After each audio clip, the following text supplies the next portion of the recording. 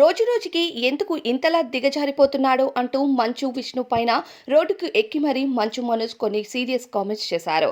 దీనికి కారణం గతంలో మంచు ఫ్యామిలీలో జరిగిన కొన్ని గొడవలనే చెప్పొచ్చు. అయితే ప్రస్తుతం ఫ్యామిలీకి దూరంగా ఉంటున్నారు మంచు మనోజ్. ఇటీవలే కొన్ని ఈవెంట్ షోస్లోకి వచ్చిన మంచు మనోజ్ ఈసారి ఆఫ్లైన్లో కాదు ఆన్లైన్లో రచ్చ మొదలవబోతుంది అంటూ కన్నప్ప రిలీజ్ అయ్యే టైంకే భైరవం సినిమా కూడా రిలీజ్ చేస్తాను అంటూ తెలియజేశారు. అయితే ప్రస్తుతం ఇక భైరవం సినిమా రిలీజ్ అవుతున్న డేట్ని కాస్త కన్నప్ప సినిమా రిలీజ్ చేయకుండా పోస్ట్ పోన్ చేసినట్టుగా మంచు మనోజ్ తెలియజేశారు. భయపడి నా సినిమా రిలీజ్ అవుతుందని తన సినిమాని పోస్ట్ పోన్ చేసుకున్నాడు.